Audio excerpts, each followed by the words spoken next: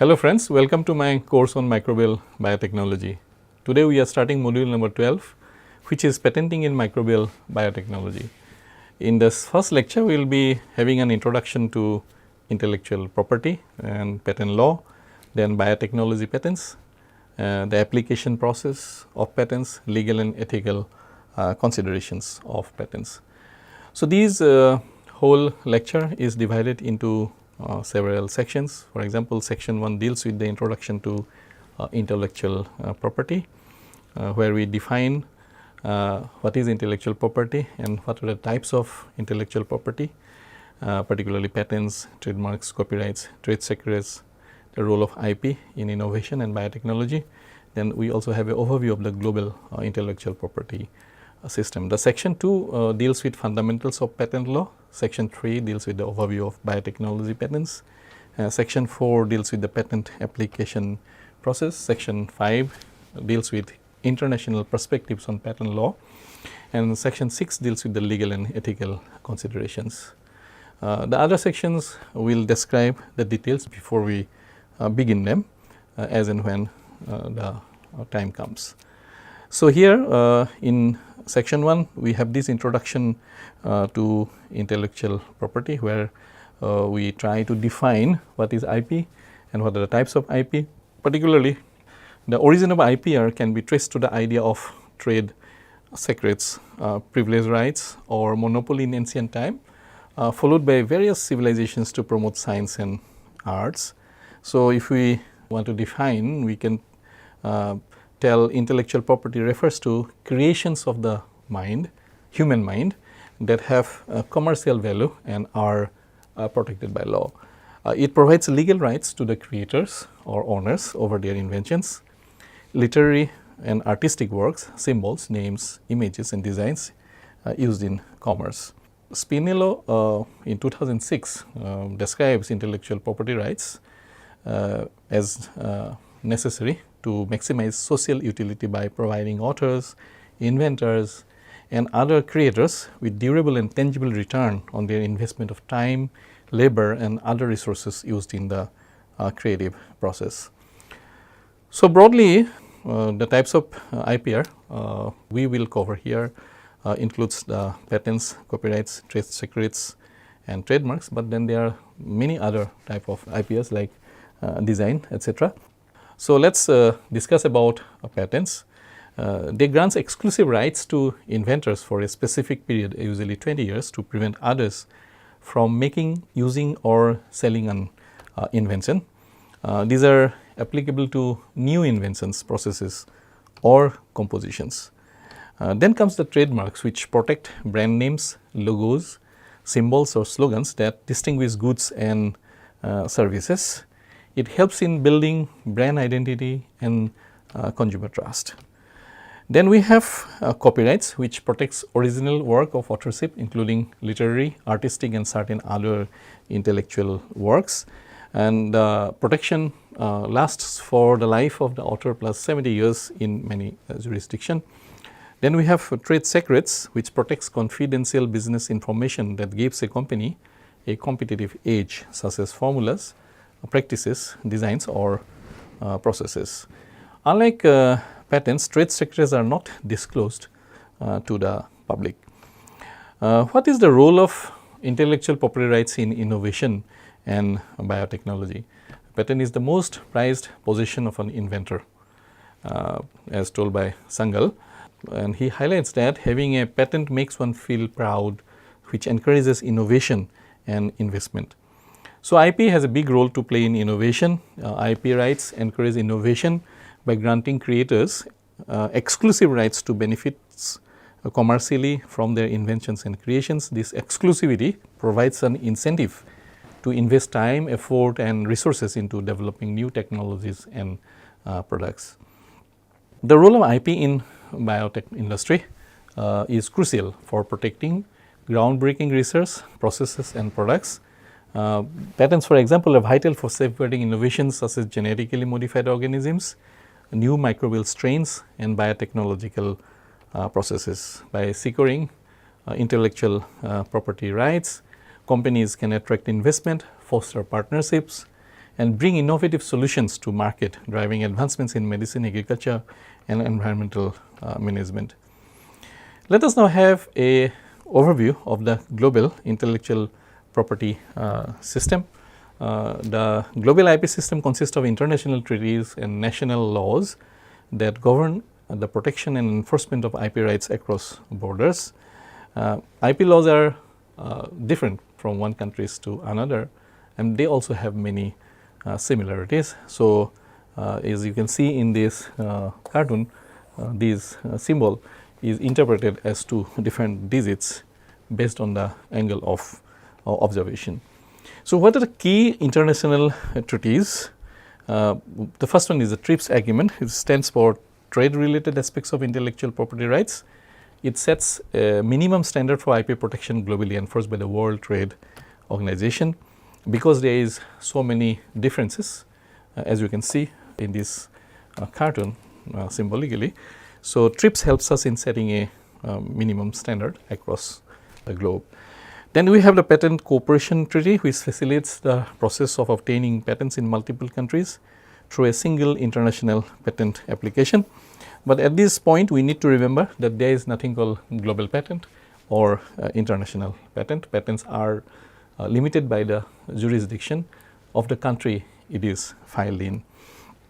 But a Indian innovator can patent abroad, and that patent will be having jurisdiction in that particular country where it is filed. Then we have the Madrid system, which simplifies the process of registering trademarks internationally through a single application, and aspects like harmonization and enforcement are also being there in place through a global framework which supports international trade, investment and innovation by providing a reliable system for protecting IP across different jurisdictions. Let us now go into section 2, where we will discuss the fundamentals of patent law. We will try to examine what is a patent, what is the legal definition of a patent, and what is the purpose of a patent, what are requirements for patentability, particularly novelty, non-obviousness and utility, and what are the different types of patent, utility, design and plant patents. Then patent life cycle, how to file, how you examine, how patents are granted, and how maintenance of patents are very important. So, patent is a legal right to protect a new innovation, invention, idea, discovery or concept having a commercial value. It is a time limited legal right assigned to an inventor by the government of a country where the patent is filed to protect the invention from being misused. In biotechnology, the Cohen, Boyer and PCR patent is a well known example having a very high commercial value, and even in the time of COVID, a derivative of the PCR, the real time PCR was a very highly commercial success. The basic criteria for the patentability of an innovation are that it should be novel, non-obvious and useful, as described by Barton in 2000. The patenting of genetically modified organisms, microorganisms, came into existence in 1980 after the US Supreme Court's ruling in Chakraborty for Pseudomonas bacteria capable of cleaning oil judgment was given. And from the legal point of view, a patent is a legal right granted by a government authority to an inventor, giving them the exclusive right to make, use, sell and import their invention for a limited period, typically 20 years from the filing date. The purpose of a patent is to encourage innovation by providing inventors with a temporary monopoly on their inventions in exchange for public disclosure of the invention's details. Now, let us look into what is patentable and what is not patentable. So, briefly we call the requirements of patentability, novelty, obviousness and utility. So, novelty basically tells that the invention must be new and not known or used by others before the patent application is filed. It must not have been previously disclosed in any form, including publications, public use or sales. Now, here is a twist. The patent may be novel, the invention may be novel, it has been done by the inventor, but the inventor has published it prior to patenting. So, in certain jurisdiction, this will actually act against this criteria of novelty. So, that is why in certain cases the inventor needs to patent first and then go for publication. So, next comes the inventiveness or non-obviousness criteria. The invention must be sufficiently inventive or non-obviousness. There may be certain cases where there is a inventiveness, but it is actually incremental, but that may not be considered good enough to be considered to be patentable. So, this non-obviousness means it cannot be an obvious improvement or combination of existing knowledge to someone skilled in the relevant field. So, by just manipulating existing knowledge, combining them and claiming to be new invention may actually not be helpful because these are not obvious, non-obvious, these are obvious.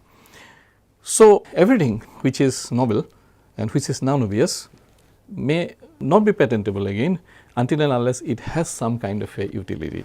The invention must be useful, meaning it must have practical application or provide some identifiable benefit. It cannot be purely theoretical or speculative. So, we have many mathematical theories which are very famous, but those are not having direct utility in the shape of a product or a service. So, from the patent point of view, they are no doubt great ideas in science or in other subjects, but they may not be patentable from the utility point of view. So, now let us discuss into the type of patents. We discussed about the type of IPRs earlier. So, now among them patent is one of the IPR. So, now when we want to classify patents, these may be utility patent, design patent and plant patents. The utility patents cover new and useful processes, machines, manufacturers or compositions of matter or any new and useful improvements thereof. This protect the functional aspect of an invention. Then we have design patents which protect the ornamental design or appearance of a manufactured object. Design patents are granted for 15 years from the date of grant in the United States, and it varies from country to country. Then we have the plant patents granted to anyone who invents or discovers and asexually produces a distinct and new variety of plant. This includes cultivated, spores, mutants, hybrids and newly found seedlings other than tuber propagated plants or plants found in an uncultivated state. So, let us now look into the patent life cycle starting from filing, examination, grant and maintenance. The first important thing is filing. The patent process begins with the submission of a patent application to a government agency of a particular country. This includes detailed descriptions, claims and drawings of the invention. Once it is filed to the patent agency, it undergoes examination. After filing, the patent office examines the application in multiple rounds to ensure it meets all legal requirements for patentability, particularly including novelty, non-obviousness and utility. Then when these are found to be meeting all these requirements, or it passes the examination phase, the patent is granted, giving the inventor exclusive rights to the invention. The grant is then published and the patent becomes enforceable. After the patent is granted, the owner must pay maintenance fees to keep it in force. These fees are typically required at regular intervals during the patent's life cycle. Fees are also required at the filing stage itself. Let us now move on to section 3, where we will be having an overview of the biotechnology patents. We will discuss about the historical development of the biotechnology patents, the key legal precedents and some of the landmark cases, scope of biotech patents, processes, products and organisms, and the ethical and social considerations in biotech patenting. From the historical point of view, the first significant patent related to biotech was issued in 1873 to Louis Pasteur for his discovery of a purified form of yeast, making the beginning of microorganism related patents. However, biotechnology patents gained momentum in the 1980s with the advent of recombinant DNA technology and molecular biology in the true sense. A pivotal movement came in 1980 with the Diamond versus Chakraborty case, where the US Supreme Court ruled that genetically modified organisms could be patented. Another Chakraborty, a scientist at General Electric, developed a bacterium capable of breaking down crude oil, which was subsequently patented. These landmark decisions establish that anything under the sun made by man could be patented, significantly broadening the scope of patentable subject matter in biotechnology. The Human Genome Project in 1990s further fueled the growth of patents on human genes, with thousands of gene sequences patented before the practice became more restricted due to ethical concerns and legal reforms. So, this is the historical development in the molecular biology and recombinant DNA technology, starting from and also the classical microbiology starting from 1973, the contribution of Pescher regarding the purified form of an yeast, which was patented. Then in 1973, one of the landmark discoveries of the double stranded DNA helix structure, although it was not patented. Then comes the 1980 landmark case of Diamond versus Chakraborty. And then in 1980, the first genetically modified plant is created. Then 1970, the start of the human genome, and 1997, Dolly the sheep, the first cloned mammal, is born, and 2001 TRIPS agreement includes provisions for biotech patents. So, this is a comparison of the various developments over time that leads to the biotech patenting revolution. Then we have 2012, the CRISPR-Cas9 gene editing technology, which is developed, and then 2013, Association for Molecular Pathology versus Myriad Genetic, US Supreme Court decision case. So, these are the legal precedents and landmark cases. This Diamond versus Chakraborty case already mentioned. The US Supreme Court case was a turning point as it affirmed the patentability of genetically modified organisms, setting a precedent for the patenting of life forms. Then comes the Association of Molecular Pathology virus Myriad Genetics 2013 case, where the US Supreme Court ruled that naturally occurring DNA sequences cannot be patented even if isolated. However, cDNA, which is synthetically created, was deemed patentable. This case significantly impacted the biotech industry by restricting the patenting of human genes, which has been a common practice for some time. Then there is a Mayo Collaborative Services versus Prometheus Laboratory in 2012 case, which dealt with the patentability of medical diagnostic methods. The Supreme Court ruled that simply applying a natural law or abstract idea using routine and conventional methods does not qualify for patent protection. The decision raised the bar for patenting biotechnological processes involving natural laws. Then comes the CRISPR patent disputes.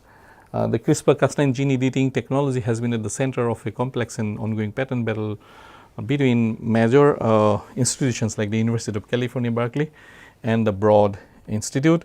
The dispute highlights the challenges in patenting cutting-edge biotechnological innovations with broad applications. So, what are the scope of biotech patents? Processes, products, and organisms.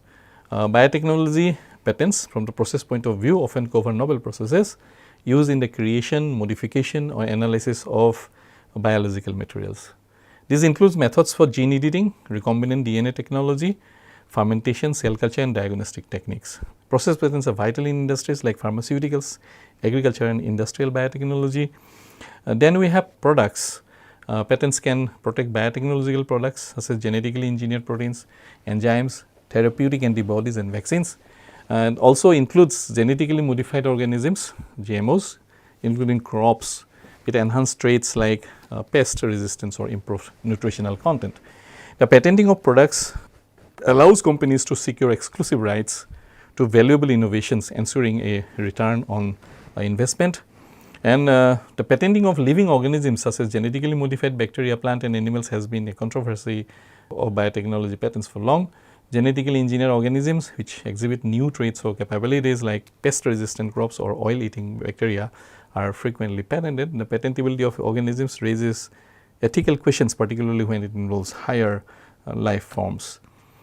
So, the ethical and social consideration in biotech patenting is an important subject to study.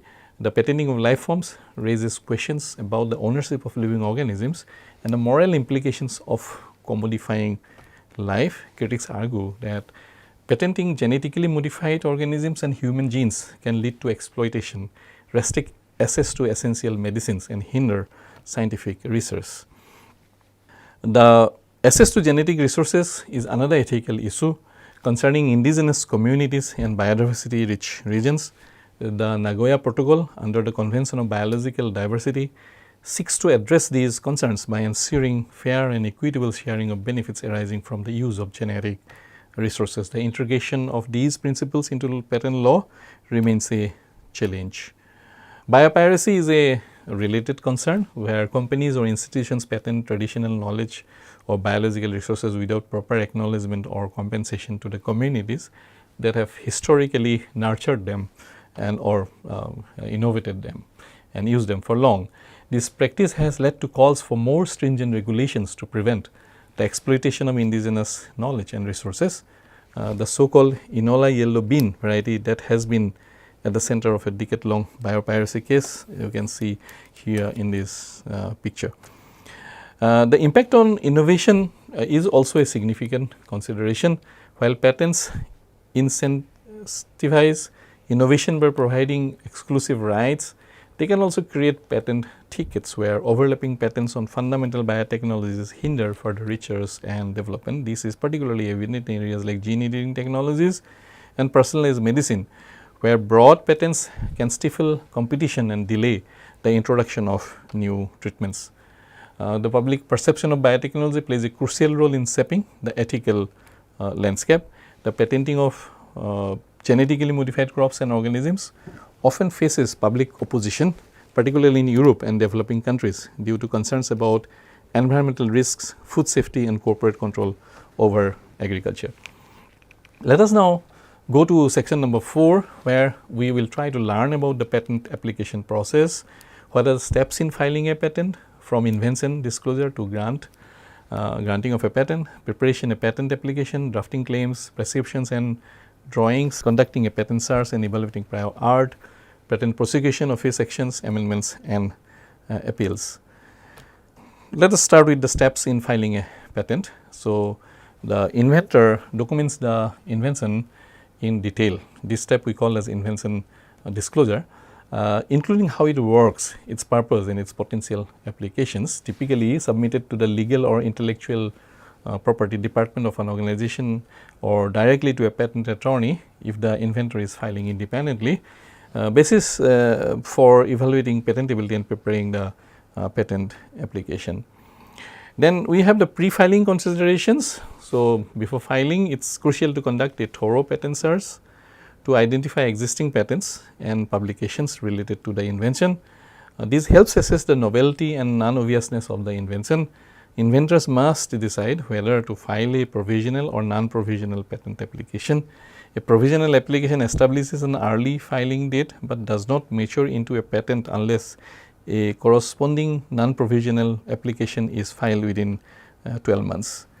Then comes the patent application preparation. Once the decision to file a patent is made, the patent application is prepared.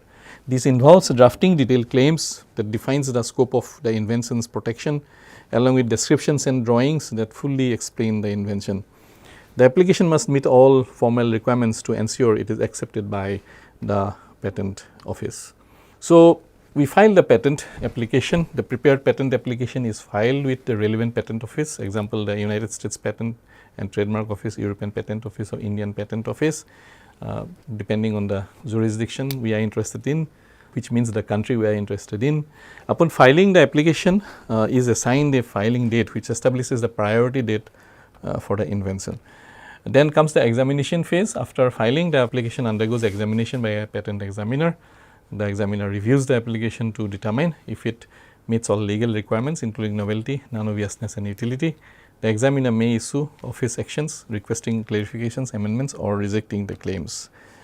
Then comes the patent prosecution phase. The applicant must respond to any office actions issued by the patent examiner. This phase, known as patent prosecution, may involve amending the claims, providing arguments or evidence and negotiating with the examiner. If the application is rejected, the applicant may appeal the decision or request reconsideration. Then comes the grant of a patent. If the application successfully meets all requirements, the patent is granted. The patent grant is published and the inventor receives the exclusive rights to the invention.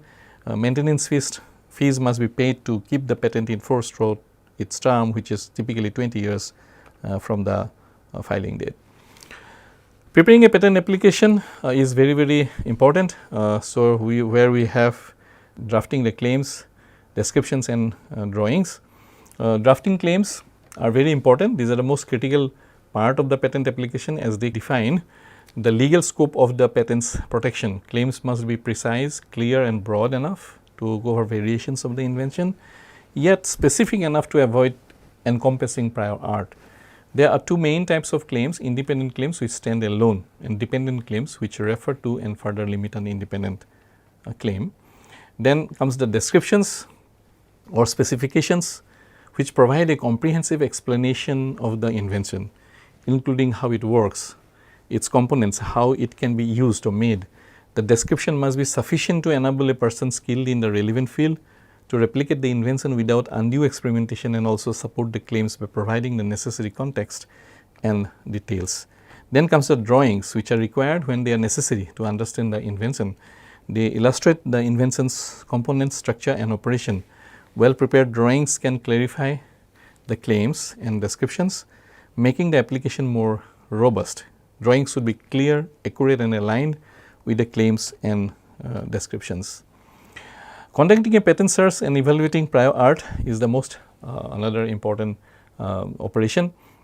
The goal of a patent search is to identify existing patents, published patents, applications and non-patent literature, example scientific papers, technical reports that are relevant to the invention. A comprehensive search helps determine whether the invention is novel and non-obvious, helps to identify potential competitors and avoid infringing on existing patents. Then comes the evaluation of the prior art, which refers to any evidence that an invention is already known before the filing date of the patent application, such as previous patents, publications or products. The applicant must ensure that the invention is sufficiently distinct from prior art to meet the criteria for patentability. Then comes freedom to operate analysis or FTO, which is often conducted to ensure that commercializing the invention will not infringe on existing patents. This analysis is particularly important in crowded technological fields where multiple patents may cover overlapping aspects of a technology. Then comes an important topic, the patent prosecution, office actions, amendments and appeals. Office action is a formal communication from the patent examiner detailing objections, rejections or requests for additional information regarding the application. Common reasons for rejection includes lack of novelty, obviousness or insufficient disclosure. The applicant must respond to office actions within a specified time frame, addressing each issue raised by the examiner. In response to an office action, the applicant may amend the claims, descriptions or drawings to overcome the examiner's objections. So, this is the amendments which must be carefully crafted to avoid introducing new matter that was not originally disclosed in the application. The goal is to align the application with the examiner's requirements and maintaining the desired scope of protection. Then if the application is rejected, the applicant may appeal the decision to a higher authority within the patent office or to a judicial body such as the Patent Trial and Appeal Board PTAB in the United States, or in other countries it will have similar such judicial bodies. This involves presenting legal arguments and evidence to support the patentability of the invention. Let us now go to section 5, where we will be discussing about the international perspectives on patent law. We will compare the patent systems in US, Europe and Asia. Then we look into the international treaties and agreements like TRIPS, PCT and Budapest Treaty. Then we look for discuss harmonization of patent laws and global IP strategies, managing IP in multinational biotech companies. In the United States, the US patent system is governed by the US PTO or United States Patent and Trademark Office.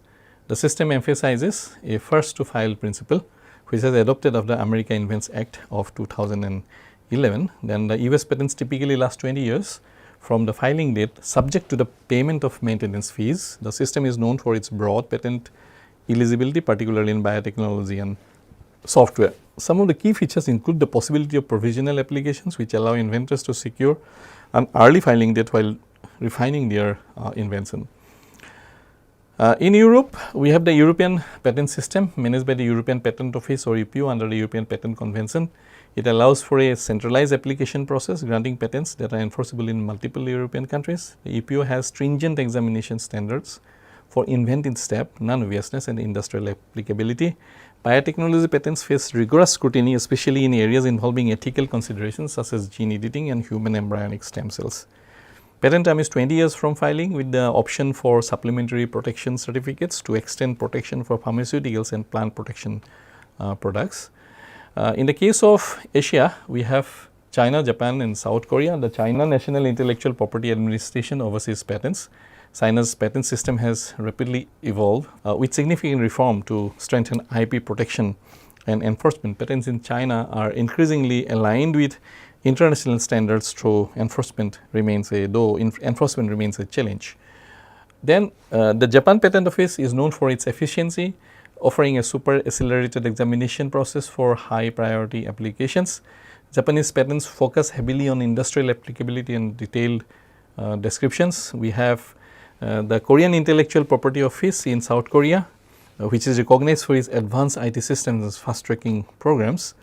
South Korea emphasizes innovation in technology and biotechnology with robust IP enforcement mechanisms. So, some of the international treaties and agreements are TRIPS, PCT and the Budapest Treaty. These treaties facilitate the harmonization and enforcement of patent laws across borders. TRIPS is administered by the World Trade Organization or WTO. TRIPS establishes minimum standards for IP protection, including patents across all World Trade Organization member countries. The mandate of TRIPS is that patent must be available for any invention in all fields of technology, provided they are new, involve an inventive step and are capable of industrial application. It also requires patent protection for at least 20 years from the filing date. Here we can see Jayashree Wattal, counselor in the Intellectual Property Division of the WTO. Then the Patent Cooperation Treaty is administered by the World Intellectual Property Organization WIPO, which simplifies the process of filing patents in multiple countries. A single PCT application allows inventors to seek patent protection in over 150 member states. The PCT system provides a centralized initial phase or the international phase that includes a preliminary search and examination, which is followed by national or regional phases where the application is examined according to local national laws. So, the countries shown here in green are the Patent Cooperation Treaty members. Almost all countries of the world, including India, you can see here are members of the PCT. The next important treaty internationally is the Budapest Treaty, which addresses the specific needs of biotechnology patents by allowing the deposit of microorganisms with an international depository authority as a means of fulfilling patent disclosure agreements. This treaty simplifies the patent process for inventions involving microorganisms, ensuring that deposits are recognized globally, reducing the need for multiple submissions. We will discuss about these in a little bit of detail in the next lecture.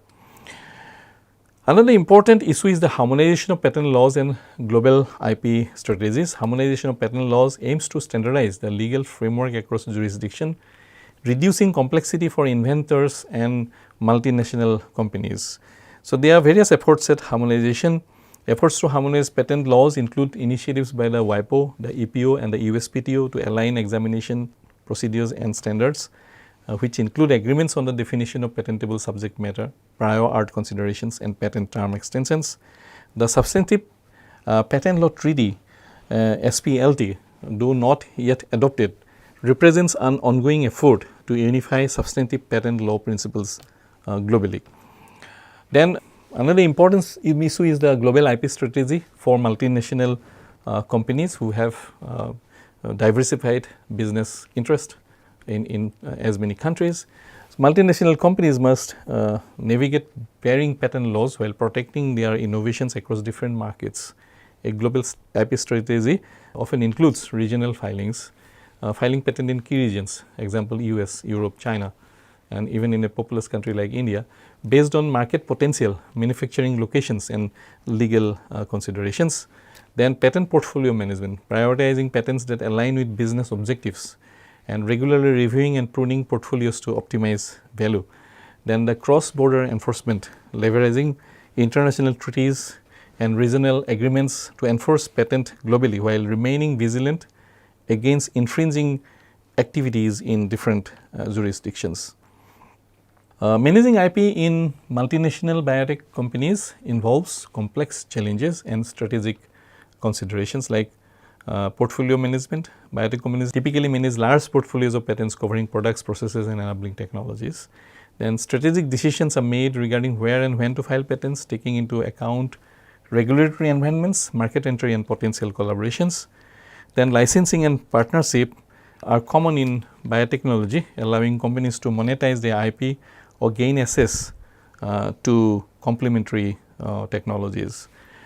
Cross-border licensing requires careful negotiation to account for different legal systems, royalty structures and the enforcement mechanisms. Another important issue is the regulatory compliance. Biotech companies, particularly MNCs, must align their patent strategies with regulatory requirements for drug approval, environmental safety and genetically modified organisms. This alignment ensures that patents provide meaningful protection throughout the product life cycle. Then litigation and enforcement are also important issues. Multinational biotech companies often face patent litigation in multiple jurisdictions. Effective IP management involves preparing for potential disputes, understanding the litigation landscape in different countries and developing strategies for defending and enforcing the patents.